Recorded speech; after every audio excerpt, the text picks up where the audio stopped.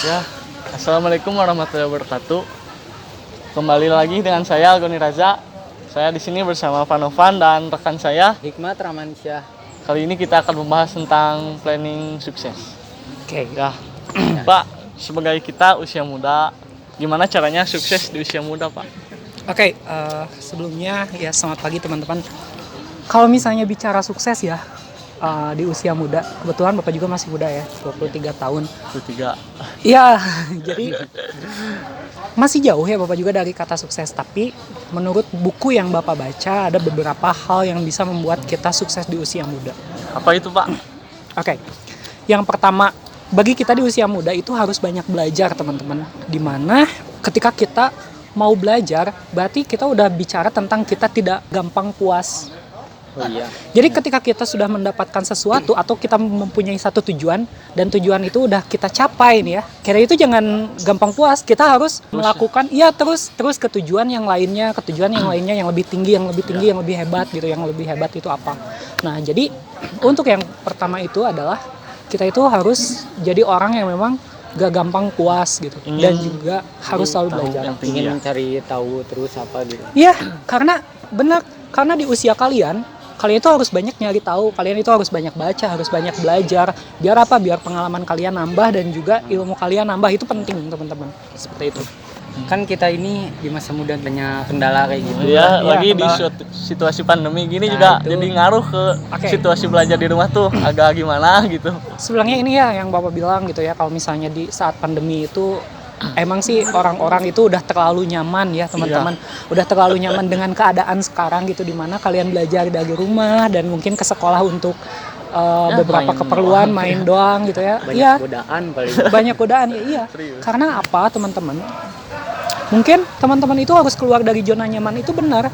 Makanya teman-teman kalau misalnya malas belajar ya kalian cari teman atau cari support lain dari kawan-kawan terdekat atau dari teman-teman sekelasnya gitu. Biar ngajak belajar bareng, ayo kita belajar bareng yuk gitu. Karena itu penting sih kalau misalnya menurut kayak gitu. Kalau misalnya kalian lagi mumet di gabut gitu atau di rumah. Tapi kan banyak teman-teman kita juga diajak belajar kayak gitu. Buat Males. apa gitu, males gitu. Apalagi pembatasan sosial juga Ya katanya itu banyak alasan. teman-teman, kalau misalnya kita mau jadi orang sukses itu kata malas itu coba ganti lah. Coba Bapak Maya lebih suka kalian bilang capek daripada kalian bilang malas atau gabut. Iya. Karena apa? Kalau misalnya kita udah capek ya kita ngeluh, oke, saya capek. Berarti kalian itu udah doing something gitu. Kalian udah ngelakuin sesuatu hal. Daripada kalian nyebut bilang bete, aduh aku bete, aku gabut. Kalian gak ngapa-ngapain aja capek gitu kan. Iya. Mau gimana Kayak gitu suksesnya teman-teman. gitu. Mau gimana suksesnya? Kita harus kerja gitu. keras ya, Pak. Makanya kayak gitu sok. Nah, ini maju ke step yang berikutnya. Cari teman-teman yang memang Mau berusaha. Jadi intinya adalah cari relasi yang banyak teman-teman, atau cari teman yang banyak. Maksudnya di sini relasi itu atau teman yang memang bisa saling bermanfaat.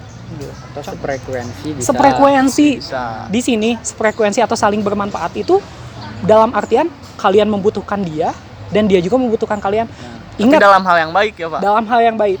Contohnya, kalian harus jadi orang yang bermanfaat bagi orang lain. Bukan berarti kalian jadi orang yang dimanfaatkan. Oh iya. Teman-teman, bukan seperti itu. Jadi, kalau menurut Bapak, cari teman yang memang bisa saling support satu sama lain. Itu kan saling support itu juga udah bermanfaat banget.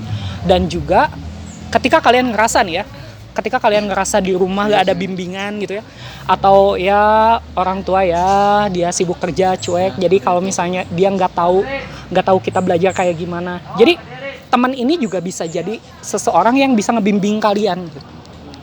Jadi cari bimbingan itu sebanyak-banyaknya dari teman juga gitu, jangan hanya dari orang terdekat atau keluarga terdekat, tapi cari juga dari orang lain. Lanjut, teman-teman juga harus nyari sahabat atau kawan yang bisa jadi seseorang yang menjadi problem solver. Dimana jika kalian punya masalah, teman ini akan ngebantu. Mensupport juga ya, Men-support gitu, nggak cuman, aduh semangat ya, itu nggak cukup bro. Pak. Gitu. Iya, memang. Tapi kan Nggak cukup. suka ada gitu teman bermuka dua di depan teh baik. Wah, teman-teman, Wah, ya, memang. orang yang kayak gitu mending gimana ya? Jauhin. Kalau menurut Bapak, dijauhin jangan, tapi Pilih-pilih lah kita. slow respon lah ke orang-orang yang kayak gitu, ke orang-orang yang menjebalkan kayak gitu, slow respon lah. Orang-orang yang emang gimana ya disebutnya cepu ya, iya cepu gitu ya, tinggalin lah.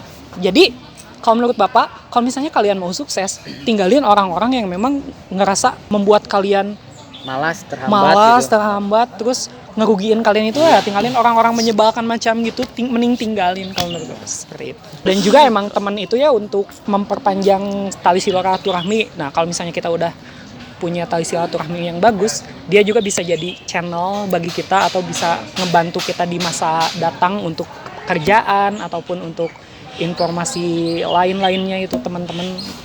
Kalau punya kawan harus yang seperti itu. Tapi susah juga sih nyarinya. Nah, itu teman-teman. Sebenarnya emang susah nyari teman yang sefrekuensi gitu ya. Tapi teman-teman kalau misalnya nyari teman yang sefrekuensi itu nanti bakalan kalian temui ketika kalian dewasa. Karena ketika kalian dewasa, circle pertemanan itu akan makin kecil, teman-teman. Ya, dan itu adalah orang-orang yang pilihan buat kalian, dan itu orang-orang yang cocok, pastinya bakalan ya, sefrekuensi dengan kalian. Nah, yang selanjutnya kalau misalnya kita mau sukses ya keuangan sih, teman-teman. Lebih ke keuangan sih. Yang pertama itu kalian itu kalau misalnya melakukan suatu hal jangan money oriented. Tahu money oriented? Atau segala-galanya itu harus tentang uang lah kalian tuh. Ya, rata-rata anak muda zaman Kayak gitu sekarang ya? pada boros emang. Nah, gini teman-teman. Kalau misalnya kalian masih muda ya, jangan sekali-kali kalian kayak gini. Hey bro, hayu main. Hayu main. Ngopi, Aduh, nongkrong. orang tuh boga duit, aduh, orang dipu.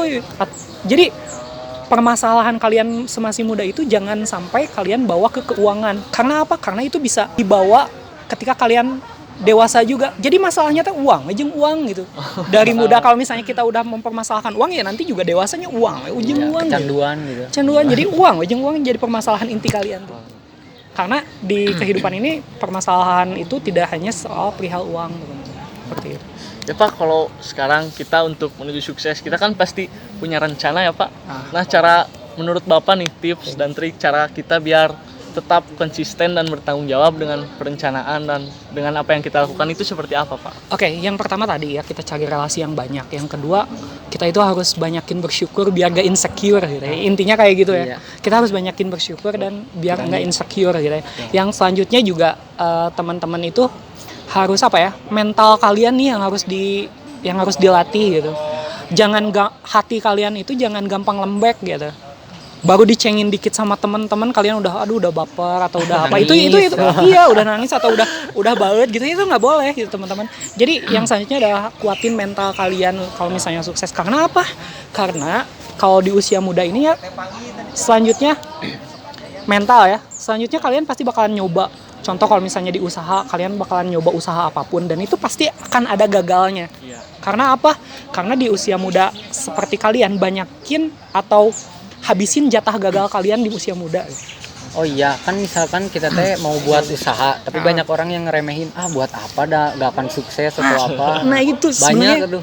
Sebenarnya makanya kata Itu Bapak yang jadi tantangan ya Pak. Iya, yang jadi tantangan itu makanya kuatin hati kalian, hati kalian itu jangan gampang lembek gitu teman-teman. Nah, itu. Karena kalau misalnya hati kita udah lembek ya kita ngapa-ngapain aja udah nggak cozy gitu. Cozy itu udah nggak nyaman gitu ya maksudnya, seperti itu.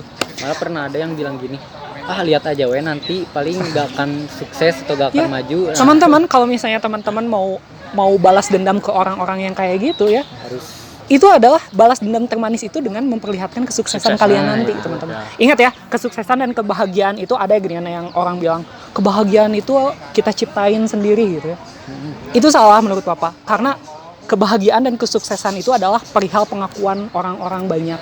Dan juga kebahagiaan dan kesuksesan itu nggak bisa diciptain sendiri, teman-teman. Karena kita butuh banyak orang buat menuju kesuksesan dan kebahagiaan itu, teman-teman. Dan itu memang butuh pengakuan. Kebahagiaan itu butuh pengakuan, nggak bisa diciptain sendiri, teman-teman. Mau sampai kapanpun. Ya jadi kalau misalnya kalian pengen sukses di usia muda, memangnya banyak tantangannya, memang banyak kesulitannya, tapi yang terpenting adalah kalian itu harus tetap bersyukur dengan keadaan kalian. Biar tadi banyakin bersyukur biar gak insecure. Kuatin hati kalian teman-teman. Pasti bakalan banyak orang-orang menyebalkan yang ngeremehin kalian gitu. Teman-teman itu ya gak apa-apa lah gitu ya. Anggap saja itu sebagai motivasi buat kita gitu ya. Dan yang selanjutnya itu adalah banyakin relasi dan juga intinya dari semua itu adalah banyak belajar seperti itu teman-teman. Jadi intinya dari semua ini jangan mudah menyerah, jangan banyak insecure, teruslah bersyukur gitu. Sekian dari kita. Jangan lupa like, komen, dan subscribe channel ini. Assalamualaikum warahmatullahi wabarakatuh.